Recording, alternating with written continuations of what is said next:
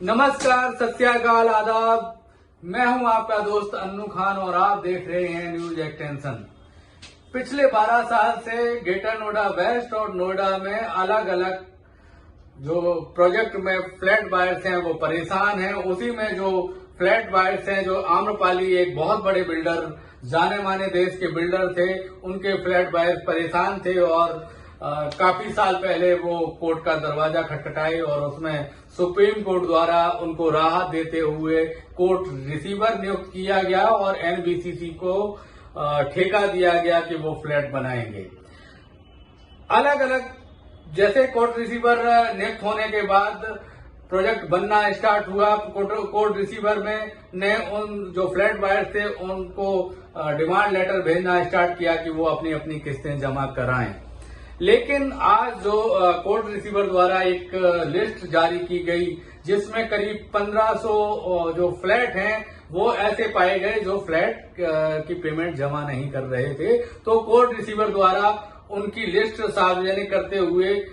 ये कहा गया कि कैंसिलेशन में इसको डाला जाता है क्योंकि पेमेंट नहीं आ पा रही है। पेमेंट नहीं आएगी तो प्रोजेक्ट बनेंगे कैसे, वो लिस्ट सार्वजनिक की गई है। और वो लिस्ट जो हम आपको बता दें कि कौन कौन से उसमें प्रोजेक्ट हैं। सबसे पहले उसमें आदर्श आम्रपाली की जो आदर्श है वो है, आम्रपाली जोरा हाइट्स है, आम्रपाली बरौना हाइट्स है, आम्रपाली सेंचुरियन पार्क की सोसाइटी है, आम्रपाली क्रिस्टल होम्स है, आम्रपाली ड्रीम वैली 1 और 2 और जो विला है वो है उसमें, आम्रपाली इनांसे है, आम्रपाली गोल्ड फॉर्म है, आम्रपाली हार्ट बीट है, आम्रपाली किंगस्टन है, आम्रपाली लेजर पार्क के कुछ फ्लैट हैं, आम्रपाली लेजर वैली विला के कुछ प्रोजेक्ट हैं, फ्लैट हैं, आम्रपाली O2 वैली के कुछ फ्लैट हैं, आम्रपाली पिंसरे estate, Amrapali river view, Amrapali sapphire, Amrapali silicon city, Amrapali tropical garden, Amrapali Verona heights, Amrapali zodiac आदि के फ्लैट उसमें संलिंग किए गए हैं, कैंसिलेशन की लिस्ट में हैं। तो ये आगे भी हम जो आम्रपाली के फ्लैट बायर्स हैं जो ऑलरेडी जुड़े हुए हैं उनसे हम बात करेंगे, उनसे जानना चाहेंगे कि जो फ्लैट कैंसिलेशन की गई है वो किस तरीके से देखते हैं, किस नजरिए से देखते हैं, क्या उनका कहना है, आप भी देखिएगा।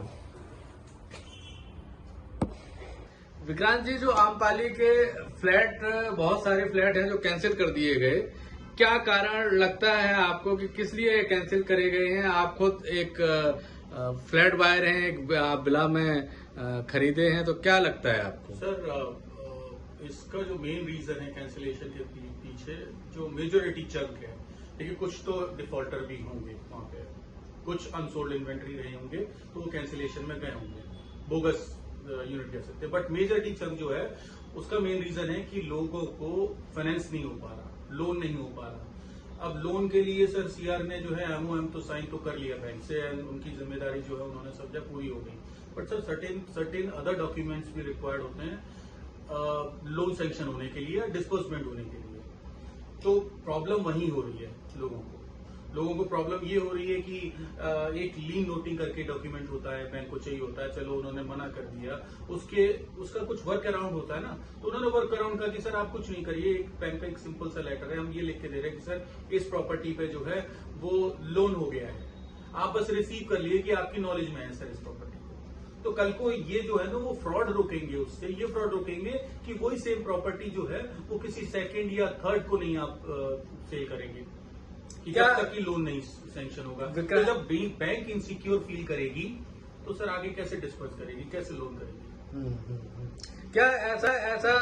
समझा जा सकता है कि ये जो इन्वेंट्रियां हैं या बोगस एंट्री हैं कि या फ्रॉड हैं, बिल्डर ने जो आम्रपाली जो बिल्डर थे उन्होंने फ्रॉड बुकिंग की है, क्या ऐसा भी माना जा सकता है क्या? सर बिल्कुल डेफिनेटली कुछ चीजें निकली हैं ऐसी कि जिसमें डुअल बुकिंग हुई है और डुअल बायर्स निकले हैं। इवन उनके लिए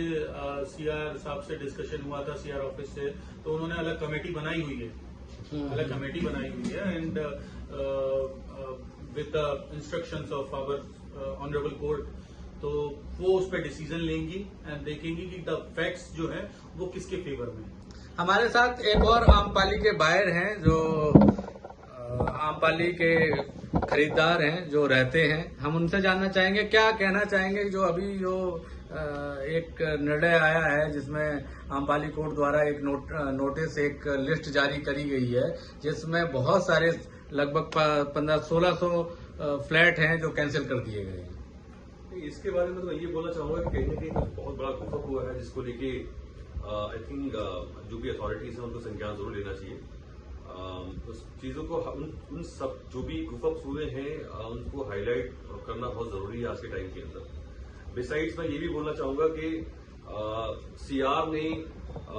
yes for sure CR is doing good job, अच्छा काम कर रहे हैं, बट कहीं ना कहीं पे जब भी हम उनके पास जाते हैं, जब पास में मैं कभी नहीं गया हूं, बट जो लोग गए हैं उन लोगों ने यही बोला है कि बहुत ही अच्छी तरह उनसे बातचीत की जाती है, उनको सुना जाता है। प्रॉब्लम यहां नहीं आती, प्रॉब्लम आती है जो यहां लोग काम कर रहे हैं बेसिस से, जिन कॉन्ट्रैक्टर्स को काम दिया हुआ है, जो क्वालिटी ऑफ वर्क वो लोग डिलीवर कर रहे हैं आम्रपाली लेजर वैली के अंदर, वो क्वालिटी ऑफ वर्क किसी भी जगह स्टैंड नहीं करता है। इनफैक्ट अगर हम एक छोटी छोटी एवरेज सोसाइटी को भी पकड़ लें कंपैरिजन के अंदर, जो आम्रपाली ने डिलीवर करने का वादा किया था एक सेमी फर्निश विला देने का, जिसके अंदर एसी होने चाहिए थे, जिसके अंदर आपकी प्रॉपर लैंडस्केपिंग होनी चाहिए थी, जो लाइट्स हैं वो और जो पानी है, पानी का लाइट का सिस्टम वो प्रॉपर तरीके से ऑर्गेनाइज होना चाहिए था। आज मार्च हो गया है, मार्च 2023, और मेरे सुनने में ये आया है कि ये हैंडओवर के ऑलमोस्ट हम लोग कगार पे पहुंच चुके हैं, हैंडओवर होने वाला है, बट इतने सारे स्नैक्स अभी बचे हुए हैं जो बाकी आगे चलकर अगर हैंडओवर हो जाता तो बहुत ज्यादा चैलेंजेस हो सकते हैं, बहुत ज्यादा चैलेंजिंग हो सकते हैं हम लोगों के लिए जो लोग वहां रह रहे हैं।